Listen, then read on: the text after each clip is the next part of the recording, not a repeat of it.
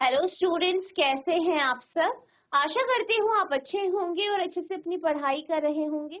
मैं मोनिका रावत आपका स्वागत करती हूँ आईसीटी वर्चुअल क्लासरूम देहरादून में। बच्चों, आज हम क्लास 10th का जो आपका सब्जेक्ट है साइंस, उसका chapter light reflection and refraction को कंटिन्यू करेंगे। पिछले लेक्चर में हमने इस चैप्टर को स्टार्ट किया था और साथ ही साथ इसमें हमने लाइट के कॉन्सेप्ट, रिफ्लेक्शन के कॉन्सेप्ट को पढ़ा था। इसके साथ साथ हमने देखा था कि किस तरीके से मिरर में रिफ्लेक्शन होता है और हमने रिफ्लेक्शन के कॉन्सेप्ट को मिरर के थ्रू यहाँ पे समझने की कोशिश की थी। इसके साथ साथ प्लेन मिरर जो होता है, समतल दर्पण जो होता है, इसके द्वारा बनाए जाने वाले प्रतिबिंब की जो क्वालिटीज है, विशेषताएं हैं, वो हमने यहाँ पे पढ़ ली। अब यहाँ पे हमने एक विशेषता पढ़ी थी, लेटरल इन्वर्जन। ठीक है, तो हम यहाँ पे लेटरल इन्वर्जन के कॉन्सेप्ट को डिटेल में समझें। आपको क्या करना है, जैसे कि आप फिगर में देख सकते हैं, आपके घर में जो ड्रेसिंग टेबल है या जो भी आपके पास प्लेन मिरर है, उसके सामने आपको खड़ा होना है इस तरीके से और अपना राइट हैंड, ठीक है, राइट हैंड यानी दाहिना हाथ आपको स्ट्रेच करना और मिरर में अपनी जो है परछाई देखनी है, अपनी जो वो है प्रतिबिंब है वो देखना है। तो आप ये देखेंगे कि आपने तो राइट हैंड उठाया है, लेकिन मिरर में आपको ऐसा लग रहा है कि आपने लेफ्ट हैंड उठाया। ठीक है, इसी तरीके से अगर आप लेफ्ट हैंड उठाएंगे तो मिरर में ऐसा लगेगा कि आपने राइट हैंड उठाया। ठीक, तो यहाँ पर क्या हो रहा है, हमारा बायां हिस्सा दर्पण में दाहिनी ओर दिख रहा है और हमारा दायां हिस्सा दर्पण में बाईं ओर दिखाई दे रहा है। ठीक है, इसी प्रक्रिया को या इसी परिघटना को हम क्या कहते हैं, लेटरल इन्वर्जन कहते हैं। इसका उपयोग एम्बुलेंस में किस तरीके से किया जाता है ये अब हम समझ लेते हैं। आपने देखा होगा कि एम्बुलेंस लेफ्ट से राइट ना लिख के उल्टी तरफ से लिखा जाता है, यानी राइट टू लेफ्ट लिखा जाता है। अब ऐसा क्यों किया जाता है, आप जानते हैं एम्बुलेंस का प्रयोग जो है पेशेंट को या इमरजेंसी की कंडीशन में पेशेंट को हॉस्पिटल तक पहुंचाने में किया जाता है। अब जब एम्बुलेंस सड़क से जाती है तो क्या होगा, अगर एम्बुलेंस उल्टा लिखा है, क्योंकि दर्पण की क्वालिटी है, हमने पढ़ा है कि जो है पार्श्व या जो आपका लेटरल इन्वर्जन है इसकी, तो अगर मान लीजिए सड़क से एम्बुलेंस जा रही है, आगे कोई गाड़ी है, गाड़ी के दर्पण से एम्बुलेंस लिखा हुआ देखते हैं तो ये पढ़ पाते हैं कि एम्बुलेंस कैसा लिखा है। अगर सीधा लिखा होगा तो वो पढ़ा नहीं जाएगा, ठीक है, क्योंकि वो उल्टा है लेटरल इन्वर्जन के कारण। लेकिन उल्टा लिखा जाता है, राइट टू लेफ्ट लिखा जाता है, तो जब वो दर्पण पे पड़ता है तो हम उसे ठीक से पढ़ पाते हैं कि एम्बुलेंस AMBULANCE एम्बुलेंस इस तरीके से सीधा लिखा है, हम पढ़ पाते हैं, जिससे हम क्या करें, पढ़ पाए कि पीछे एम्बुलेंस आ रही है और उस पर स्पेस है। ठीक है, तो आपको ध्यान रखना है, क्या ध्यान रखना है कि एम्बुलेंस उल्टा क्यों लिखा जाता है, राइट टू लेफ्ट क्यों लिखा जाता है, ताकि आगे वाहन में जो व्यक्ति है वो दर्पण से देख पाए कि पीछे एम्बुलेंस आ रही है, उसे पढ़ पाए और उसे स्पेस दे सके। ठीक है, तो इस बात का आपको ध्यान रखना है। अब हम चलते हैं गोलीय दर्पण यानी स्फेरिकल मिरर की तरफ। स्फेरिकल मिरर की बात की जाए तो स्फेरिकल मिरर या गोलीय दर्पण वो दर्पण होते हैं जो एक बड़े जो है कांच के या दर्पण के गोले का भाग होते हैं। यहाँ पे हम दो प्रकार के गोलीय दर्पणों की बात करेंगे। एक है आपका कॉनकेव मिरर, अवतल दर्पण, दूसरा है कॉन्वेक्स मिरर, उत्तल दर्पण।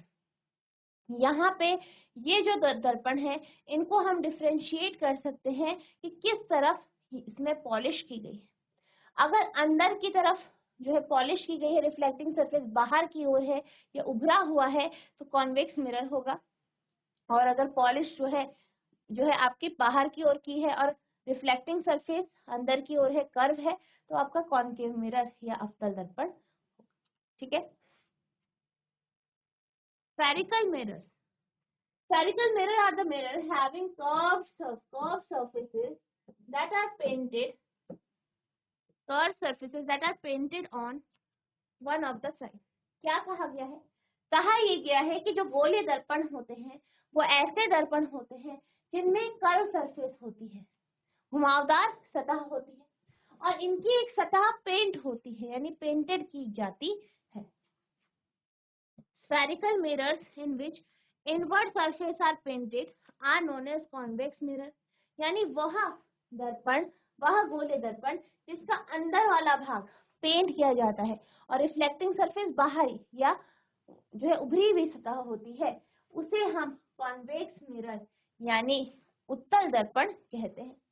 While spherical mirror in which outward surface is painted are considered as concave mirror।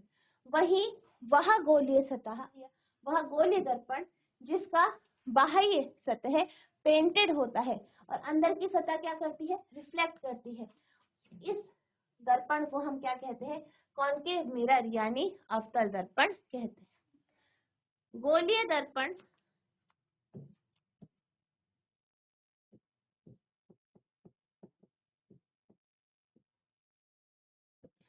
गोलीय दर्पण घुमावदार सतहों पर दर्पण होते हैं जिन्हें एक तरफ पेंट किया जाता है। गोलीय दर्पण जिनमें भीतरी सतह को पेंट किया जाता है उत्तल दर्पण के रूप में जाने जाते हैं, जबकि गोलीय दर्पण जिनमें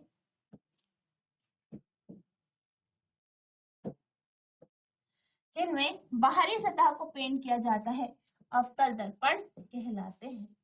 ठीक है, तो ये आपके स्फेरिकल मिरर का कॉन्सेप्ट है, नोट करेंगे इसे।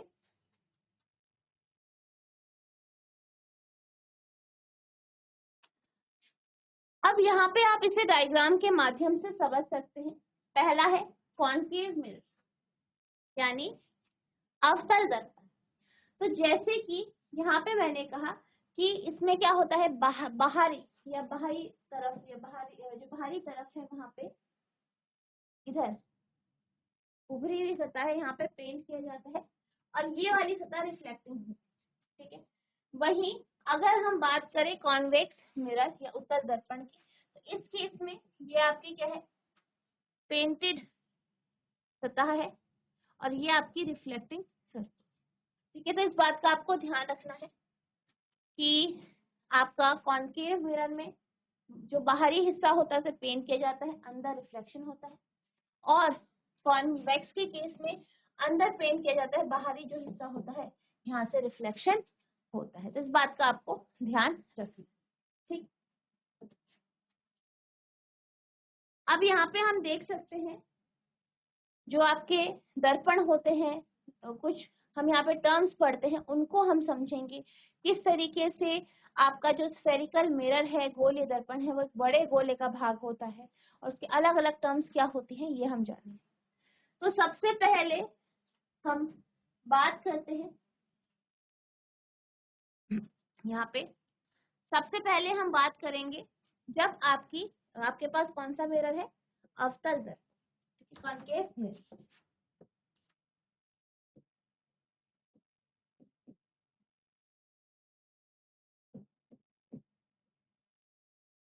ठीक, अवतल दर्पण। तो अवतल दर्पण में जो स्फेरिकल सरफेस है या जो दर्पण की जो अंदर वाली सतह है वो रिफ्लेक्टिंग होती है और बाहर वाली आपकी पेंटेड होती है। यहाँ पे आप जैसे कि हम अभी तक पढ़ चुके हैं कि कॉन्केव मिरर, कॉन्वेक्स मिरर क्या होते हैं, एक बड़े दर्पण के गोले का भाग होते हैं। तो यहाँ पर भी ये क्या है, एक दर्पण, बड़े दर्पण के गोले का भाग है। अगर हम बात करें यहाँ पे सबसे पहले वक्रता केंद्र, सेंटर ऑफ कर्वेचर। तो सेंटर ऑफ कर्वेचर क्या होता है, वक्रता केंद्र क्या होता है? वक्रता केंद्र या सेंटर ऑफ कर्वेचर आपके बड़े गोले का सेंटर होता है, यानी जो गोला है उसका सेंटर होता है जिसका दर्पण भाग। तो सेंटर ऑफ कर्वेचर सी से डिनोट करते हैं और ये क्या होता है, बड़ा जो गोला है, जो स्फेरिकल या जो आपका स्फेरिकल सतह है, स्फेरिकल मिरर है, वो जिस गोले का भाग है उसका centre he centre of curvature कहलाता है। अब हम बात करते हैं पोल की। पोल यानी ध्रुव क्या होता है? पोल या ध्रुव जो है वो दर्पण का सेंटर या केंद्र होता है, यानी जो आपका मिरर है उसका जो सेंटर है, उसका जो केंद्र है, वही आपका पोल कहलाता है।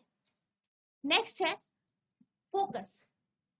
फोकस वह बिंदु होता है जिससे जिससे अगर हम बात करें कॉन्केव मिरर के केस में, तो जब समानांतर किरणें कॉन्केव मिरर पर पड़ती हैं, पड़ने के बाद परावर्तित होती है, परावर्तन के बाद फोकस से पास होती है। तो यानी समानांतर किरणें रिफ्लेक्शन के बाद जिस बिंदु से पास होती है उसे हम फोकस कहते हैं।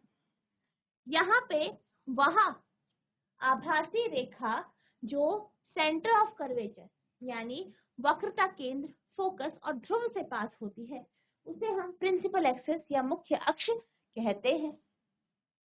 नेक्स्ट है आपका रेडियस ऑफ कर्वेचर यानी वक्रता त्रिज्या। तो वक्रता त्रिज्या क्या होता है? सेंटर ऑफ कर्वेचर से पोल तक की दूरी आपकी वक्रता त्रिज्या या रेडियस ऑफ कर्वेचर कहलाती है। तो ये आपकी कुछ टर्मिनोलॉजी है जो आपको पता होना चाहिए। अब यही हम यहाँ पे बात करते हैं कॉन्वेक्स मिरर या उत्तल दर्पण के केस में। तो उत्तल दर्पण के केस में भी सारी टर्म्स सेम रहेगी। सेंटर ऑफ कर्वेचर या वक्रता केंद्र, जो बड़ा गोला है उसका जो सेंटर होता है वही होता है। फोकस, यहाँ पे जब फोकस के बारे में बात करेंगे तो यहाँ पे क्या होता है, यहाँ पे जब समानांतर किरणें आपकी दर्पण पे पड़ती हैं तो वो क्या हो जाती है, रिफ्लेक्ट होती है, रिफ्लेक्ट हो जाती है। और रिफ्लेक्ट होने के बाद हमें ऐसा लगता है कि किसी एक बिंदु से आ रही, तो ये जिस बिंदु से आती हुई प्रतीत होती है उसे हम फोकस कहते हैं। और ये दर्पण के पीछे होता है। यहाँ पे दर्पण के आगे फोकस होता है, दर्पण के आगे सेंटर ऑफ कर्वेचर होता है, यहाँ दर्पण के पीछे फोकस और सेंटर ऑफ कर्वेचर आपका होता है। रेडियस ऑफ कर्वेचर की बात करें तो रेडियस ऑफ कर्वेचर क्या होता है, ध्रुव और सेंटर ऑफ कर्वेचर यानी वक्रता केंद्र के बीच की दूरी। ध्रुव और वक्रता केंद्र के बीच की दूरी ही रेडियस ऑफ कर्वेचर यानी वक्रता त्रिज्या कहलाती है। वह आभासी रेखा जो वह इमेजिनरी लाइन जो आपकी पोल, फोकस और सेंटर ऑफ कर्वेचर से पास होती है उसे हम प्रिंसिपल एक्सिस या जो है मुख्य अक्ष कहते हैं। तो ये सारी टर्मिनोलॉजी आपको अच्छे से पता होनी चाहिए। आप पहले इसे ड्रॉ करेंगे, फिर हम इसके स्टेटमेंट्स यहाँ पे पढ़ेंगे।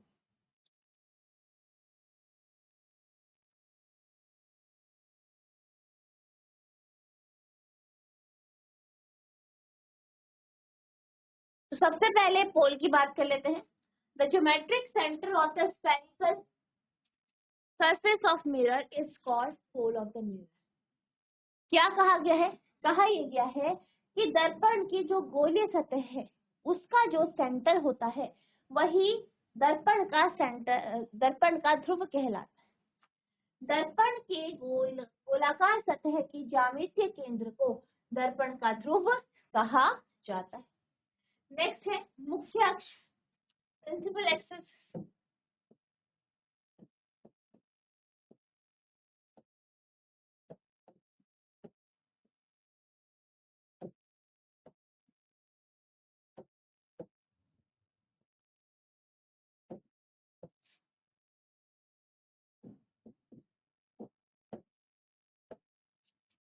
मुख्य अक्ष क्या होता है या प्रिंसिपल एक्सिस क्या होता है? इट इज अ स्ट्रेट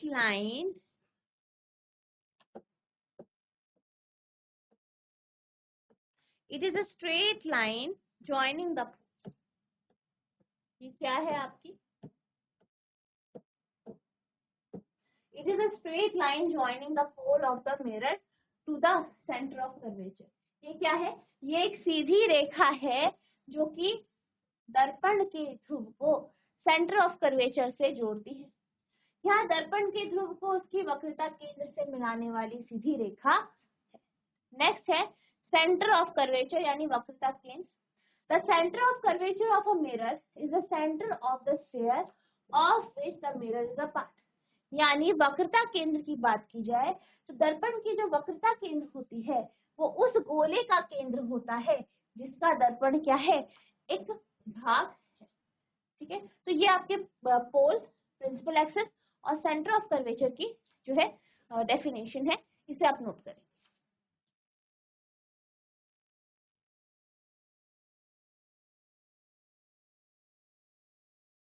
अब हम पढ़ते हैं कॉन्केव मिरर यानी अवतल दर्पण के बारे में। तो अवतल दर्पण जैसे कि हम बात करी हमने कि अगर हम क्या करें, एक गोला लें, उसका एक हिस्सा लें और उसकी बाह्य सतह को पेंट कर दे और अंदर वाली सतह क्या हो जाएगी, रिफ्लेक्टिंग सरफेस या परावर्तक सतह होगी।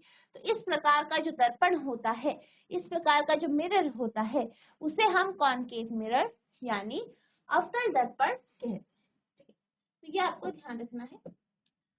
If a hollow sphere is cut into parts, यानी अगर हम एक खोखले गोले को अलग अलग भागों में बांटे, and the outer surface of the cut part is painted, और जो भाग काटा गया है उसका बाह्य जो सतह है उसको अगर हम पेंट करें, then it becomes a mirror. तो ये क्या बन जाता है, एक दर्पण बन जाता है with its inner surface as a reflecting surface. और इसकी जो आंतरिक सतह है या अंदर वाली सतह है वो कैसी हो जाती है, रिफ्लेक्टिंग सरफेस यानी परावर्तक सतह बन जाती है। This type of mirror is known as concave mirror. इस प्रकार के दर्पण को हम कॉन्केव मिरर यानी अवतल दर्पण कहते हैं। यदि एक खोखले गोले को भागों में काट दिया जाता है और कटे हुए भाग के बाहरी सतह को रंग दिया जाता है, तो यह एक दर्पण बन जाता है जिसकी आंतरिक सतह परावर्तक सतह के रूप में होती है। इस प्रकार दर्पण को अवतल दर्पण कहते हैं। ठीक है, तो यहाँ पे भी आप इसे देख सकते हैं कि बाहर से आप पेंट कर देंगे और अंदर आपकी रिफ्लेक्टिंग सरफेस हो जाएगी। इसे आप नोट करेंगे।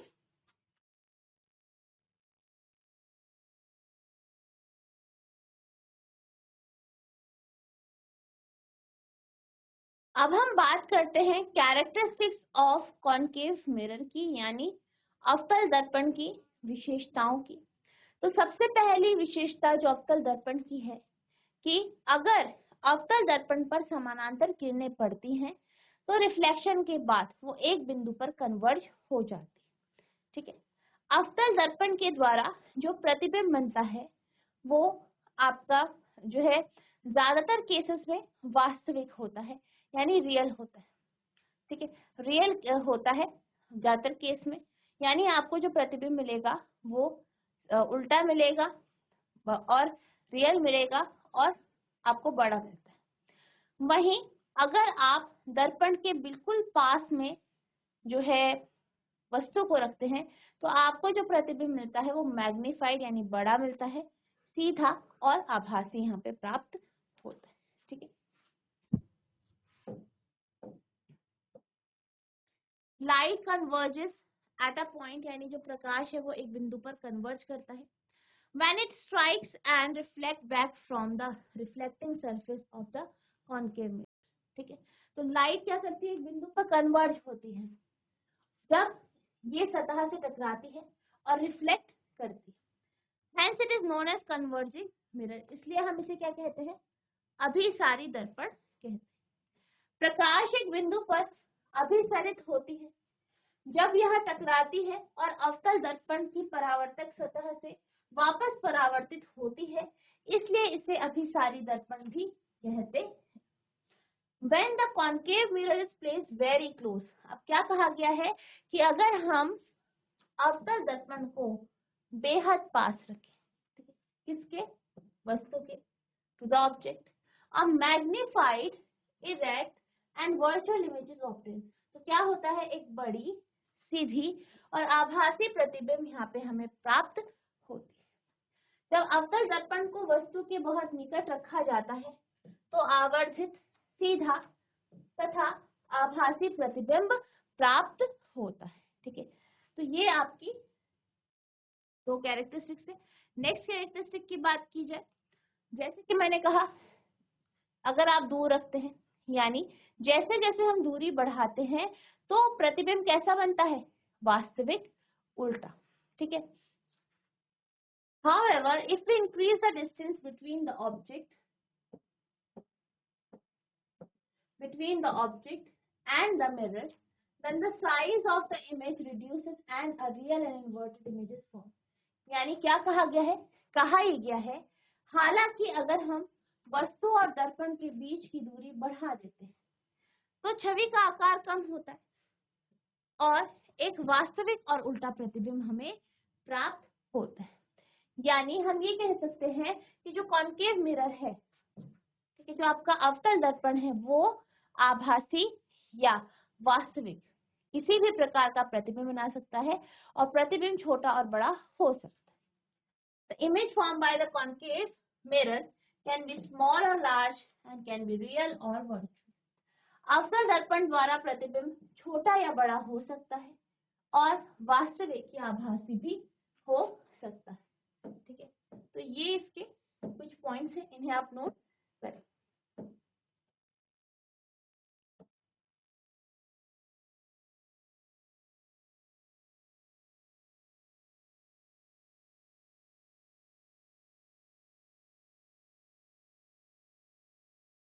अब हम बात करेंगे रूल्स के बारे में।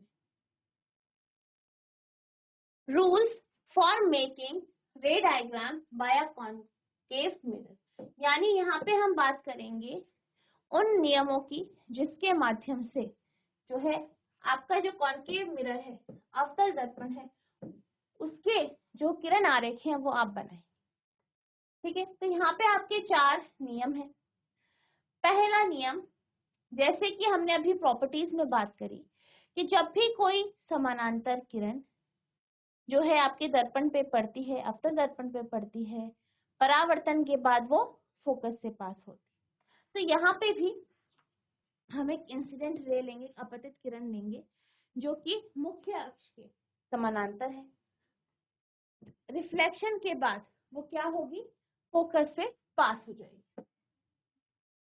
ठीक है, तो फोकस से पास हो जाएगी, आप देख सकते हैं। दूसरा नियम, इसका विपरीत हम ले सकते हैं।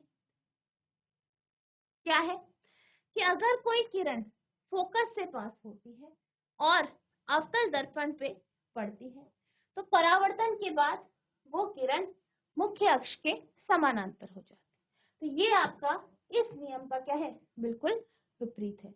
तो पहला नियम, आप जब भी किसी किरण को मुख्य अक्ष के समानांतर बनाएंगे, रिफ्लेक्शन के बाद आप उसे फोकस से पास कराएंगे।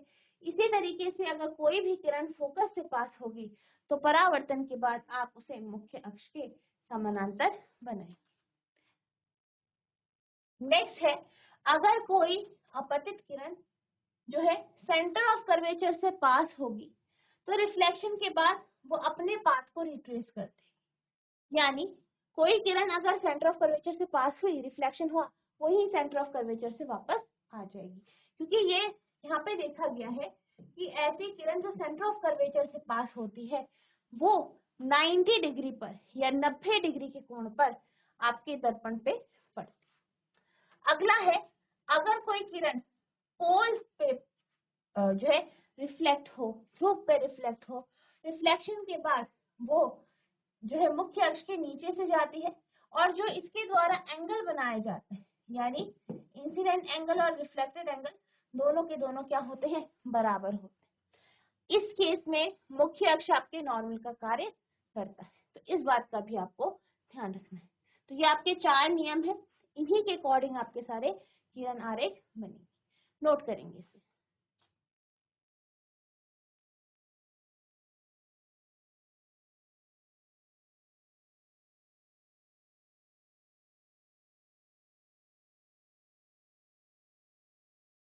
अब यहाँ पे हम अलग अलग केस के लिए किरण आरेख पढ़ेंगे।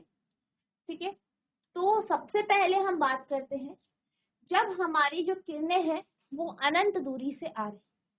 तो अनंत दूरी से आने वाली किरणों को हम हमेशा समानांतर किरण के रूप में लेंगे और ये किरणें मुख्य अक्ष के समानांतर, रिफ्लेक्शन के बाद, परावर्तन के बाद ये फोकस से पास होंगी।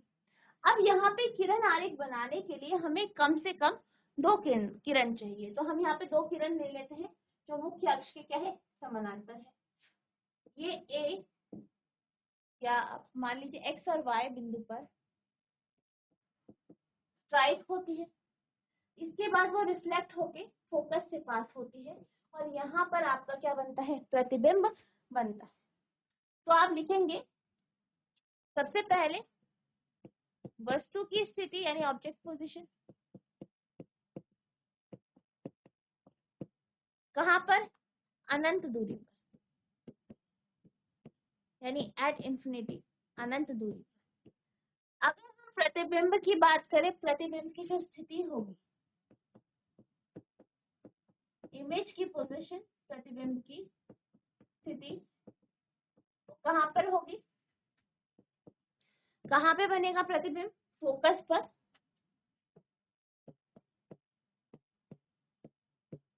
और अगर हम इसकी प्रकृति की बात करें, किसकी प्रकृति? प्रतिबिंब की प्रकृति, तो क्या होगी?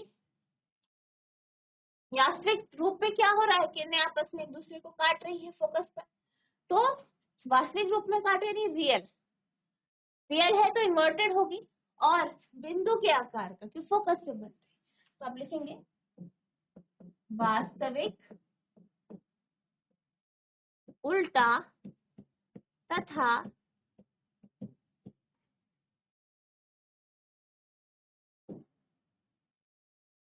बिंदु के आकार का।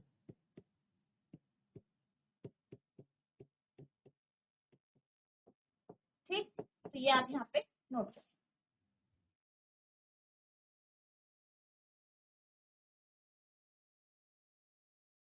तो बच्चों, आज हमने स्फेरिकल मिरर के कॉन्सेप्ट को जाना, उत्तल और अवतल दर्पण क्या होते हैं ये भी हमने देखा, साथ ही साथ कॉन्केव मिरर के लिए जो आपके रूल्स हैं, ठीक है, जो आप डायग्राम बनाएंगे उसके लिए जो रूल्स है वो हमने जाने। और हमने यहाँ पे जो किरण आरेख है वो जब आपकी वस्तु इन्फिनिटी पे होगी उसके लिए भी हमने यहाँ पे जो है डायग्राम पढ़ा, और उसके जो क्वालिटीज हैं वो हमने जानी। तो आई होप आपको ये सारे टॉपिक अच्छे से समझ में आए होंगे। आपको क्या करना है? इन्हें पढ़ना है, जो हमने आज रे डायग्राम पढ़ा उसे प्रैक्टिस करनी है, और अगर आपको कोई भी डाउट होगा तो आप नेक्स्ट लेक्चर में यहाँ पूछ सकते हैं। तो बच्चों, आज के लिए बस इतना ही, मिलते हैं अब नेक्स्ट सेशन में।